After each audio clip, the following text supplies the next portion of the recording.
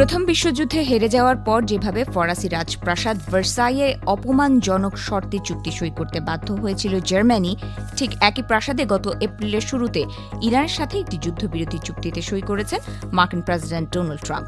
আমেরিকার মূল ভূখণ্ডের সীমানায় না এসেও ইরান এই যুদ্ধে ওয়াশিংটনকে যেভাবে কুণ্ঠাসা করেছে তাকে যুক্তরাষ্ট্রের দাপটের ওপর এক বড় আঘাত হিসেবে দেখছেন খোদ মার্কিন সেনেটর ও গোয়েন্দা কর্মকর্তারা। 2025 সালের জুনে ইরানের পারমাণবিক স্থাপনায় হামলার দাবি করে যুদ্ধ শুরু করেন মার্কিন প্রেসিডেন্ট ডোনাল্ড ট্রাম্প।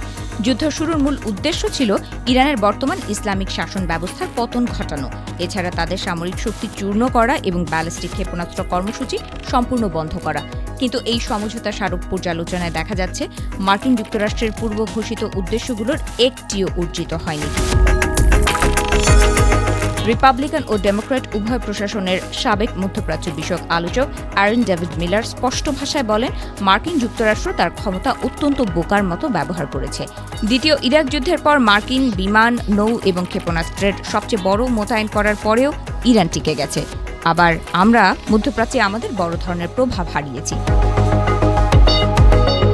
আমেরিকা ও ইসরায়েলের যৌথ হামলায় ইরানের প্রায় $2 ট্রিলিয়ন অবকাঠামোগত ক্ষয়ক্ষতি হয়, কিন্তু এরপরেও ইরান তার ভৌগোলিক ও কৌশলগত অবস্থান ব্যবহার করে যুক্তরাষ্ট্রকে চরম মূল্য দিতে বাধ্য করেছে। ইরানের ড্রোন ও ক্ষেপণাস্ত্রের লাগাতার হামলা প্রতিহত করতে গিয়ে মার্কিন আকাশ প্রতিরক্ষা ব্যবস্থার ক্ষেপণাস্ত্রের মজুদ বিপজ্জনক স্তরে নেমে এসেছে।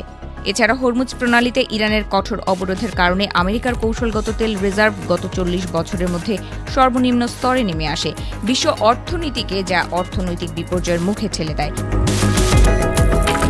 বিশেষজ্ঞদের মতে জ্বালানি তেলের দাম নিয়ে বৈশ্বিক চাপ এবং মার্কিন মিত্রদের অর্থনৈতিক স্বার্থের কারণে আমেরিকার সময় আগেই ফুরিয়ে গিয়েছিল। ইরান তার কৌশলগত ধৈর্যের ফলশ্রুতিতে মার্কিন নিষেধাজ্ঞা প্রত্যাহার এবং $100 বিলিয়ন বেশি অবরুদ্ধ সম্পদ ফিরে পাওয়ার রাস্তা তৈরি করে নিয়েছে। এছাড়া যুক্তরাষ্ট্র ও ইরানের মধ্যকার এই চুক্তির পর মধ্যপ্রাচ্যের ভূ রাজনীতিতে বড় ধরনের পরিবর্তন লক্ষ্য করা যাচ্ছে। যুদ্ধের শুরুতে কাতার, সংযুক্ত আরব আমিরাত, কুয়েত ও সৌদি আরব মার্কিন বাহিনীকে ঘাঁটি ব্যবহারের অনুমতি দিয়েছিল। তারাই এখন ইরানের প্রতি নরম ও সমঝোতামূলক অবস্থান গ্রহণ করছে। সাবেক সিআইএ কর্মকর্তাদের মতে উপসাগরীয় দেশগুলো বুঝতে পেরেছে যে আমেরিকা তাদের ইরানের হাত থেকে সম্পূর্ণ সুরক্ষা দিতে ব্যর্থ। ফলে তারা এখন নিজেদের নিরাপত্তার জন্য ইরানের সাথে দীর্ঘমেয়াদী অর্থনৈতিক ও কূটনৈতিক সম্পর্ক জোরদার করার নীতি বেছে নিচ্ছে। এছাড়া যুদ্ধের পর ইরানের পুনর্গঠনের জন্য যে $300 বিলিয়ন তহবিলের কথা বলা হয়েছে, তাতে কাতার বা সংযুক্ত আরব আমিরাতের মতো ধনী দেশগুলোই অর্থায়ন করতে যাচ্ছে।